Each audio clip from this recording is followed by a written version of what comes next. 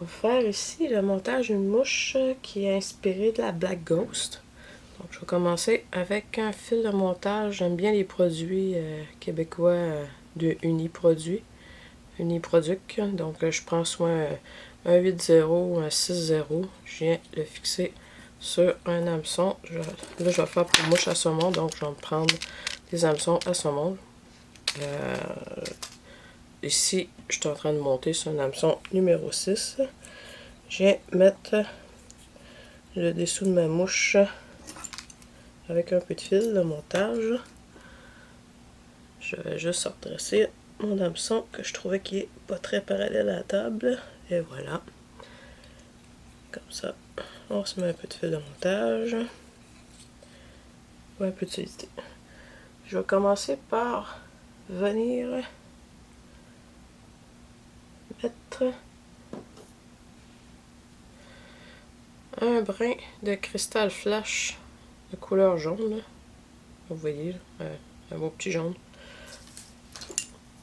J'en coupe la moitié.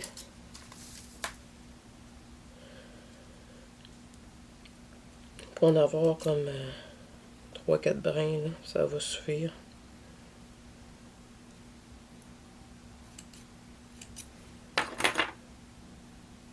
Pas obligé de les mettre égales de longueur. Je viens le fixer centré sur ma mouche.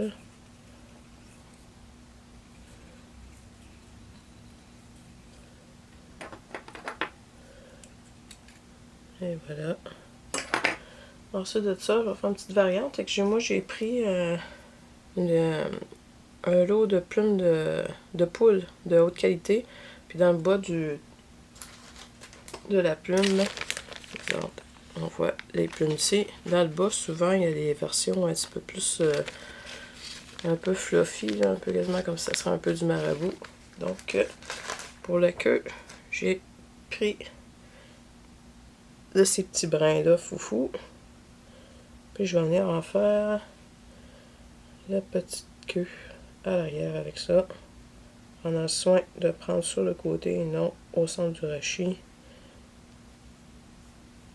Comme ça. Fait que ça va avoir une belle action sous l'eau. Fait que c'est une façon de récupérer, utiliser un matériau que vous avez déjà. Donc, j'ai pris ma pincée, je prends ma longueur, puis je viens le fixer en place. Pour être bien centré, je viens glisser le fil entre mes doigts. Garde tout le temps de tension. Regarde si c'est bien centré. Oui. Des fois, côté esthétique, on peut venir enlever un peu le surplus des brins si on ne l'a pas tout attaché. Fais attention de ne pas briser ce qu'on a installé déjà. Avant de tirer sur les matériaux, on s'assure tout le temps de bien tirer sur notre fil de montage qui va s'assurer de tendre les matériaux en place. Et voilà. Je vais venir me faire un petit ferrette avec du Uni-French. Il y a différentes tailles. Moi, j'aime bien quand il est tout petit. Comme ça, on peut faire plusieurs tailles de mouche. Puis, on fait juste faire plus de tours au besoin. Donc, mon hameçon est un peu plus large ici. On le voit-tu? Ouais, on voit un peu, là. Quand même, qui est un peu plus large. Pas tant. Fait que je pourrais partir du côté un peu plus large ici. Proche de l'œillet. Venir le fixer dessus. Jusqu'à où est-ce que je veux commencer à tourner mon ferret. Fait que moi, je le fais après avoir mis la queue. C'est libre à vous, là, si vous préférez le faire avant de mettre la queue, là, ça peut faire aussi, là. C'est à votre goût. J'aurais pu aussi préférer monter avec un fil de montage qui est blanc. Je fais quelques tours pour m'assurer que mon ferret est visible. Une fois que c'est fait, je ramène mon fil de montage près du lieu où je vais vouloir attacher mon ferret.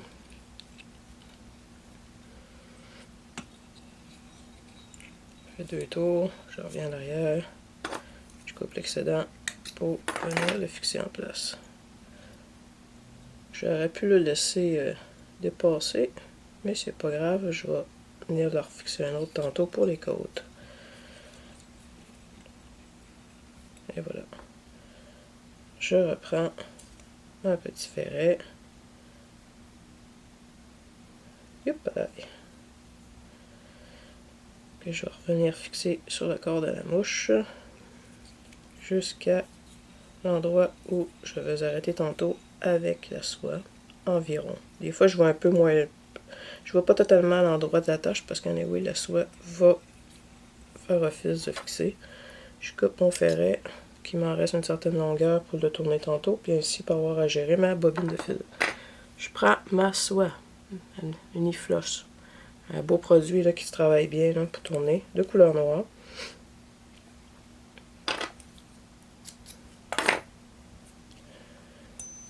Je viens mettre un peu de fil sur près de l'œillet. Fait que je me rends pas. On s'entend que vous avez une distance ici entre le bas de l'œillet et le devant de l'œillet. Je vais essayer de, ici, ne pas aller mettre de fil jusqu'à la même distance et même un peu moins. Donc, je me rends pas totalement en avant. Le but, c'est un petit truc pour aider à pas avoir des grosses têtes de mouche à la fin. Là. Fait que je vais pas en avant. Donc, je viens tourner ma soie, bâtir le corps en m'en allant vers l'arrière de la mouche. L'arrière ici. On tourne.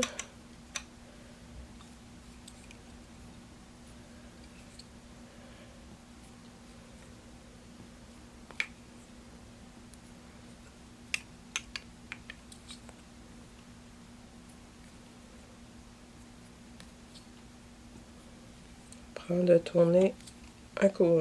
On fait un tour un côté de l'autre pour couvrir. On fait attention quand on arrive proche de la pointe de l'hameçon de ne pas l'accrocher. Et là, on va tenir notre soie, une tension sur notre soie pour pas que la soie se détache. Et je vais aller mettre juste une petite goutte de colle là, pour solidifier mon montage.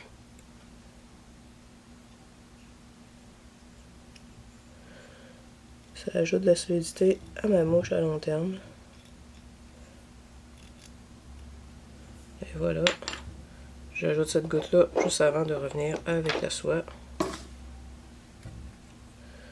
Et on revient avec la soie. Fait qu'on peut prendre le temps de revenir avec des tours serrés ou quand on voit que le corps il est bien caché comme sur cette mouche-là, on peut revenir un peu plus vite vers l'avant.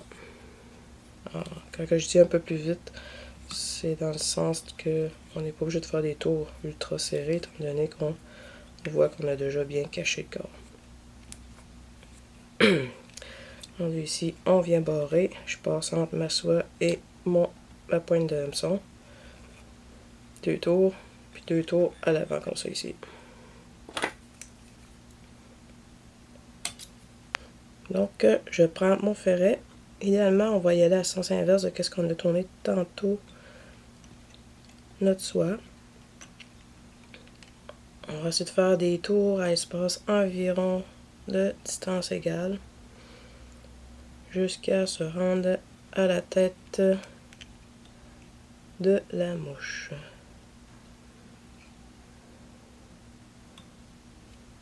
Comme ça. Et on vient barrer en place.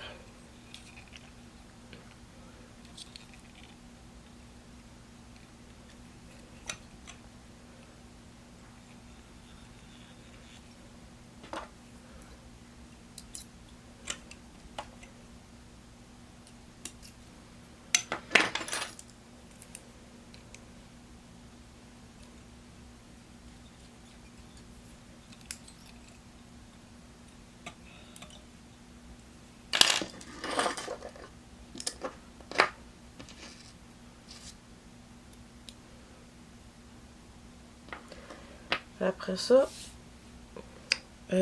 soit que je mets la gorge ou que je fais l'aile en premier. L'aile, des fois, exemple, là, ce que je vais faire, je vais utiliser une queue de veau Des fois, l'extrémité, hein, on l'utilise un peu moins. On n'est pas obligé, c'est pas l'idéal, mais tout ce que je vous dis, c'est que on pourrait dire que je vais venir utiliser les poils de l'extrémité. Puis, des fois, ils sont un peu tout twistés là, et moins agréables, mais ce qu'on peut faire, c'est avec un petit fer à cheveux, venir redresser un peu le poil pour être capable de faire une belle aile. Donc,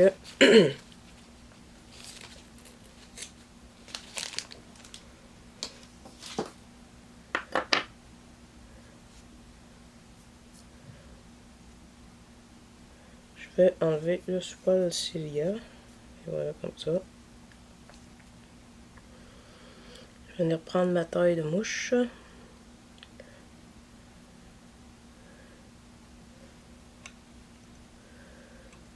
Je vais essayer de ne pas dépasser la longueur avec la queue environ.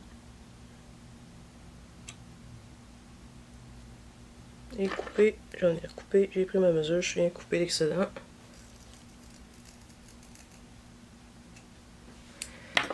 Pour se donner un peu plus de chance de succès, que tout tienne bien, je vais faire un peu comme avec les queues d'écureuil. Quand on va venir mettre une petite goutte de colle à travers les brins de poils où ce qu'on va attacher pour un peu de solidité, que tout va tenir en place. Il ne faut pas trop en prendre non plus, là, pour pas non plus que vous ayez une queue qui va être ultra rigide. Là. On veut quand même garder la flexibilité de votre matériel. Puis là, avant de mettre votre matériel, on va venir bâtir un sous-corps où c'est mettre votre queue de veau qui va être le plus droite possible, comme ceci. Fait qu'on veut être droite comme ça et non de même. Si vous êtes de même, votre aile va être en angle. Donc, je viens faire un tour autour, je descends et je viens fixer en place en gardant soin de se garder de la place pour ne pas avoir une grosse tête trop proche de l'œillet. On tient bien en place quand on arrive pour attacher. S'assurer que ça tombe pas. J'ai fait quand même plusieurs tours là. Donc là, je vais pouvoir le lâcher et regarder si mon aile est satisfaisante. Ça fait du sens. Elle est peut-être un peu relevée, mais ça devrait être bien. Et voilà. Donc, après ça, on va venir faire la petite gorge avec la plume de poule. Avec une plume de poule avec de qualité qui a un rachis, qui est la structure intérieure qui est très, vous voyez, très mobile, là, vraiment pas rigide. Là, va vous permettre souvent de faire des mouches avec des belles colorettes de qualité. Et voilà.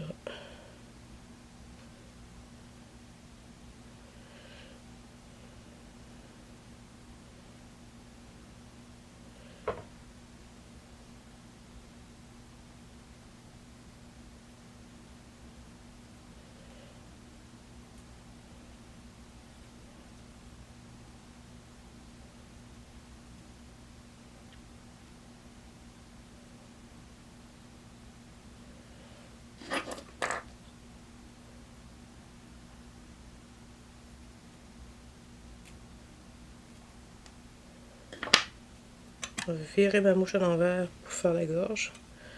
Chose qui va faciliter le montage. Je vais essayer de pas trop dépasser la demi-longueur de ma mouche avec ma collerette. Pas ma collerette, mais ma gorge, excusez-moi. On a coupé l'excédent. Venir attacher ici en place.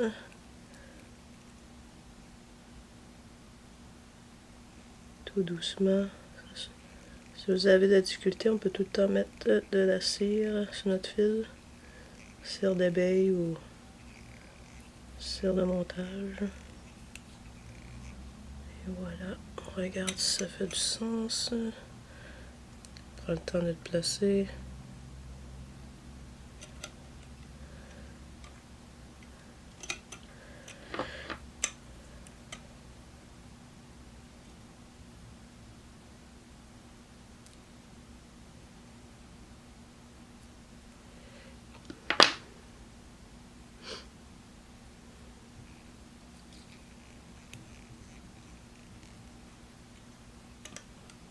Et voilà.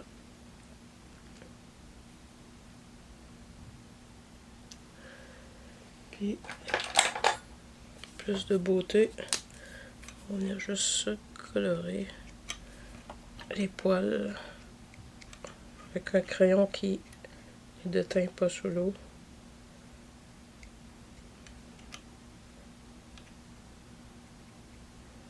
Voilà. On va se faire un autre finition. On pourrait terminer la mouche à ce stade-ci.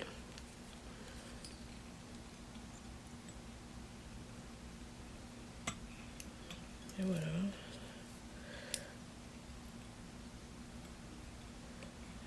Comme ça.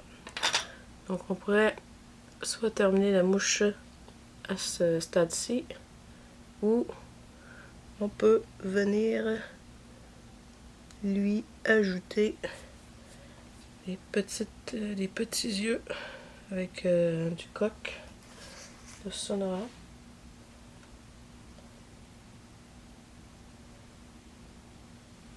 Donc, pareil. Coq de Sonora qui offre des plumes vraiment très jolies. Comme ça. Fait que certains vont venir mettre de la colle pour garder la forme.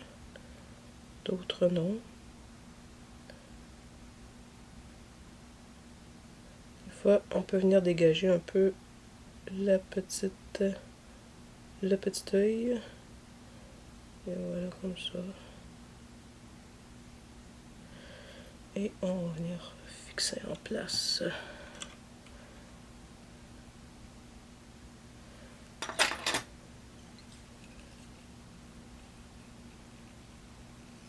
On fait 2 tours. Le temps de placer le tout.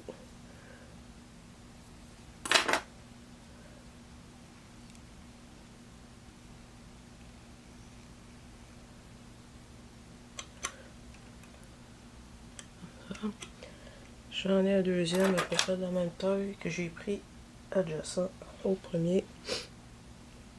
Comme ça. Que je vais venir fixer de l'autre côté.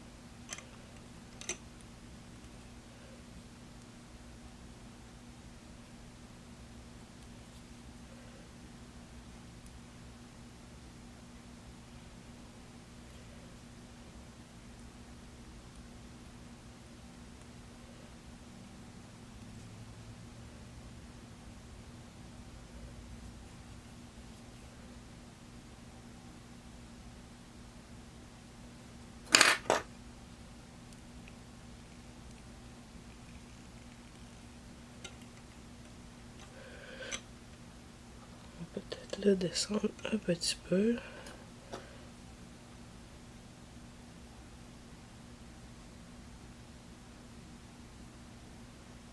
Comme ça.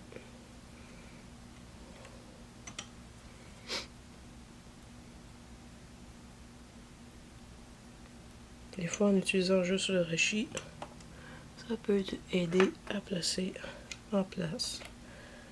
Et donc, on va attacher en faisant quelques tours avec notre outil de finition et la mouche va terminer.